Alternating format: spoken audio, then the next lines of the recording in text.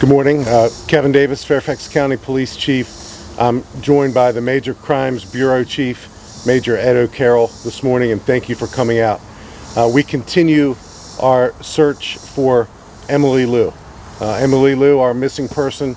We began this missing person investigation on June the 4th. It quickly turned into a circumstance in an investigation that had suspicious circumstances attached to it, and we involved our homicide unit in the investigation. It remains a missing person investigation. We will not stop until we find Emily Lou. The reward is up to $20,000 now. We've been working very closely with our federal and local law enforcement partners, particularly the FBI, the Prince William County Police Department, and they join us today, and the George Mason University Police Department. We've remained in constant contact with the family. Our victim services advocates are best in class, best I've ever seen, and they've remained in contact with Emily Lou's daughter and sister and other family members as we continue our search for Emily Lou. Great community concern, a public interest, as it should be for a 72-year-old woman who goes suddenly missing from her home, and we're not going to stop until we find Emily Lou and hopefully reunite her with her family. Major Ed O'Carroll, Major Crimes Bureau Chief, is going to go into a few more details, and then Major Carroll and I will both stand ready to answer any questions you may have. Major. Thank you, Chief Davis. I appreciate that. As the Chief said, I am Major Ed O'Carroll, Bureau Chief of Major Crimes, Cyber, and Forensics for the Fairfax County, Virginia Police Department. Today marks day 42 since our officers responded to Miss Lou's home not far from here on Davis Drive in Fairfax County to investigate her disappearance. As the Chief said, we have made significant progress, but we have a lot of work yet to do. Our detectives, our analysts, our cyber and forensic specialists have worked tirelessly and are operating with a sense of urgency to put closure to this case. Miss Lou deserves it. The Fairfax County Police Department, along with our regional partners, as the Chief mentioned, who many of them are joining us today, look forward to achieving justice for Emily and resolution for her loving family. You know, what justice and resolution will look like in this case is yet to be fully determined. We remain open-minded. We have identified a person of interest. To recap where we've been over the past 42 days, we know Miss Lou visited the Aldi grocery store in Prince William County. We've shared that video. We've talked about that being the last time that she's seen alive. That Aldi grocery store is located within Prince William County, Virginia. That's on June 3rd. June 4th, the family contacts the Fairfax County Police Department, and we spring into action. When officers were at her home, we found no signs of forced entry. Detectives responded that same day and also noticed that the groceries were still bagged, and we found evidence of a possible struggle that likely occurred. Coupled with other circumstances and physical evidence, a lot of digital evidence that the detectives have uncovered, we do suspect foul play. Our homicide detectives were dispatched to assist our missing persons unit. And again, that occurred several weeks ago. We are processing evidence daily. Numerous search operations, no different than the one today that's occurring here in Lorton. We recognize the importance of our partners, as the Chief mentioned, the FBI, our local law enforcement. It's a joint operation, and to them, thank you. Although I cannot and will not identify the person of interest, I can share with you it's more than a hunch. We followed up on leads, thank you to the community. And as a local resident, being in these local shopping centers, even off duty, seeing those signs of Emily Lou are encouraging. Thank you to the community. We do not believe that the foul play that resulted in Miss Lou's disappearance was random. or committed by a person unknown to her. To be clear, we are not ruling anything out. These cases are complicated. A tremendous amount of evidence, digital evidence and physical evidence. And I'd like to thank the Virginia State Laboratory of Forensic Science who are helping on this case, analyzing the evidence. And they understand the critical importance of being rapid with their returns to help our detectives. Our search and rescue team members that are here today and have been out here on many occasions and will not stop until we receive a sense of closure. And to our cyber and forensics team, oftentimes on the scene with our mobile forensics lab, and then back at our headquarters, working around the clock. It's a digital age that we live in, but there's nothing that beats officers in the community, in the shopping centers, talking to community residents. It's very important that we use all assets, to include our drone use even today, our police helicopter, and all our officers and professional folks that are working to find Miss Lou. Justice will prevail. We've talked to many people in Miss Lou's life, and I can firmly say Miss Lou is kind. She is compassionate. She is very giving. And she is a very thoughtful person. I do encourage anyone with information, if you haven't spoken to the Fairfax County Police Department, it's imperative that we hear from you. Our job continues, but we can't do it alone. Law enforcement partners are critical. Community support and information from the community is imperative. If you have any information, contact us at 703-246-7800. 703-246-7800, option 6. You'll get to a detective, share information that you have. As the chief mentioned, a $20,000 reward is being offered through the Fairfax County Crime Solvers program. You can remain anonymous. And as the chief said, there's no dispute that this case has garnered significant amount of attention, both in the public, in the media, within the police department. Rightfully so. Every case is important. And I appreciate the attention to this case. All our partners, we all, including our community, have a role to play. The chief and I will take any questions that you may have. Major, can you elaborate on any of the evidence that's been discovered? Have you recovered anything, away from the home? We recovered a lot from inside the home, and we recovered a lot from outside the home. Can you elaborate on the specifics of what you found?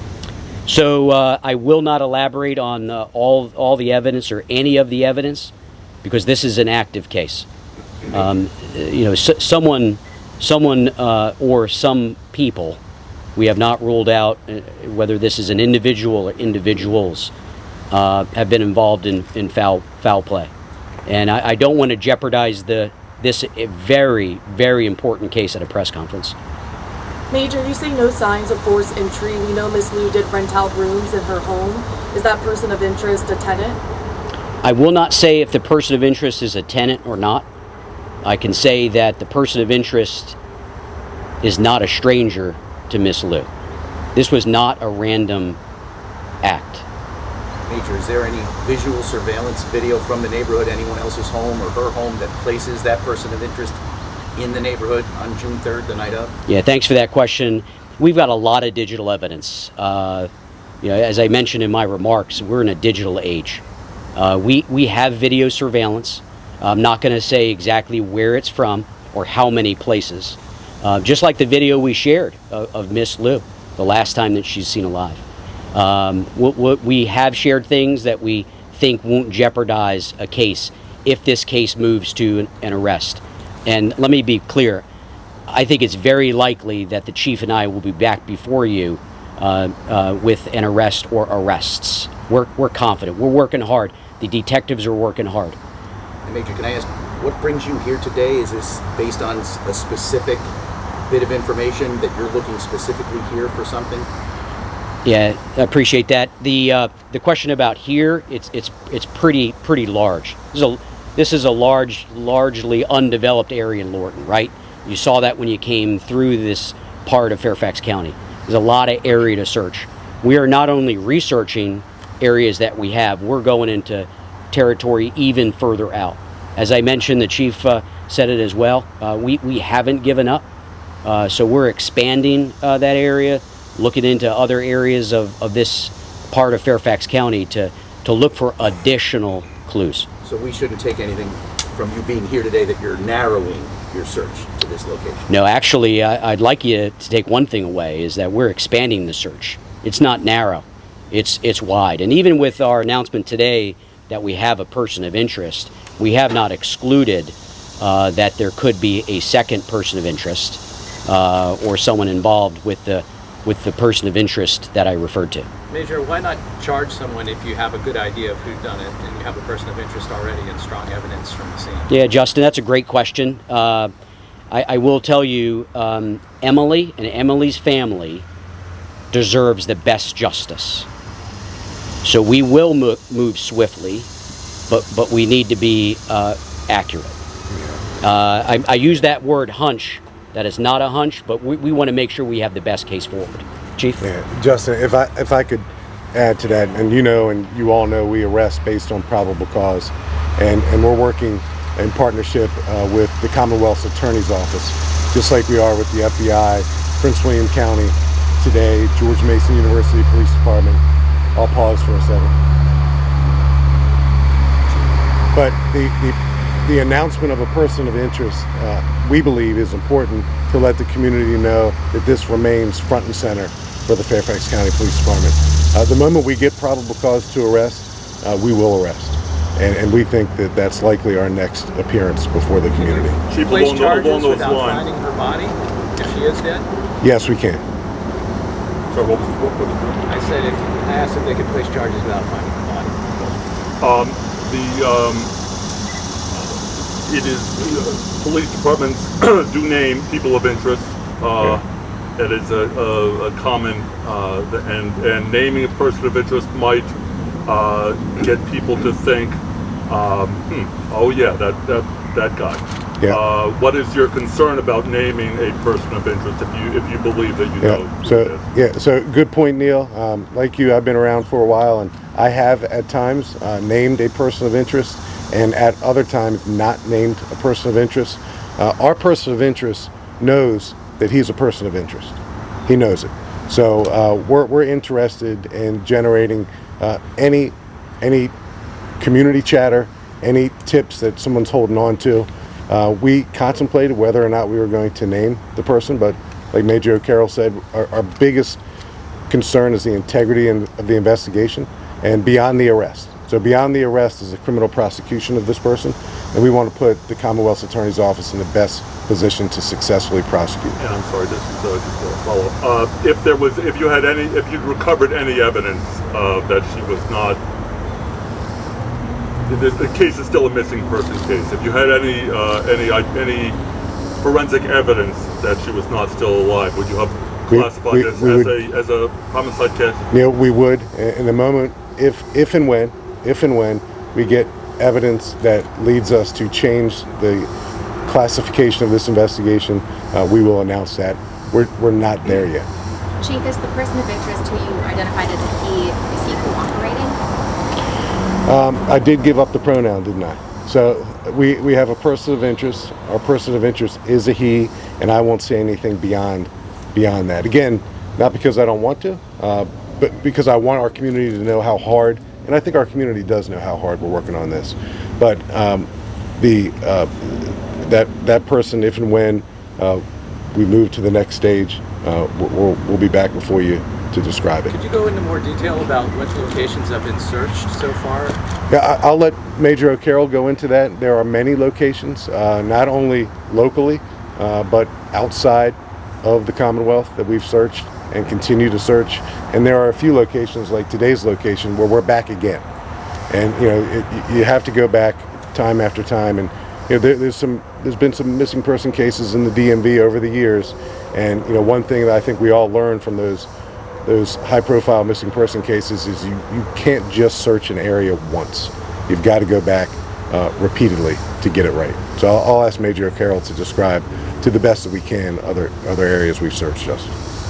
Yeah, Justin, so we have been expanding the search wider than Davis Drive, Ox Road, north and south, east and west. As the chief said, this case takes us out of Fairfax County and out of the state of Virginia. And we've dedicated staff to follow up on all those leads. You know, this is not a cold case. This is one of many very, very active cases by the Fairfax County Police Department. And I want to take a moment to thank Chief Davis for his leadership. Every single day we're talking about it. The chief asks me and my staff, where are we? So this is an all hands on deck approach to get justice, and we will get it right. We will not jeopardize anything for the justice that needs to be adjudicated in this case in the courtroom. We've already said this foul play. That's why I said I'm very confident I'll be standing before you with much different remarks on where this case will go. But with that said, anyone with information, we still need to hear from you. We've talked to a lot of people, tremendous amount of people, but I'm sure there's someone out there that's waiting or hesitant. You can remain anonymous. So two more questions, guys. Neighbors here say that they've seen you all searching the ponds, but I know you mentioned seeing signs of Miss Lou. Seeing signs that she's alive and well, will be reunited with her family, or? See, Eric, if you can ask that second part, because we have been here. We've used drones. We've used our dive team. We've used search and rescue. We have drained a water retention pond. You know, we've looked above ground and frankly below ground. We've looked, and we are looking everywhere. The second part of your question? You just said signs of Miss Lou earlier. What did you mean by that? Just evidence? Yeah, evidence. Okay. So maybe it's clothing, maybe it's a purse, and I've given just general examples of any sign or signal that gives us yet another clue. I'll say again, we have a lot of evidence in this case. I suspect there might be more evidence. So we're not asking the community to go in the woods and search. Actually, today we'll be here throughout the day. Please let law enforcement operate safely through these woods and through this area. Okay, I think there's been a crash. We got officers heading out there. Thank you, Sergeant. Well, that will conclude the press conference based upon. Can I ask one more thing? Sure. Major and Chief, since we're all here and Ms. Lou's here, could we ask if Jenny might? I'll say this. We had that conversation with Jenny. She does not wish to do that. Okay, so we gotta honor her wishes. But again, thank you all. It just dawned on me that the Major and I are in the shade and you're not. So not intentional. But thank you for coming out. The announcement of a person of interest is key, I think, for the community. And we search and then we search again. And several high-profile cases have taught law enforcement some lessons over the years, and we got to go back and back again and double and triple check. So we remain very hopeful that the next time we appear before you, it will be a different announcement. Thanks, Chief. Thank you. Thank you.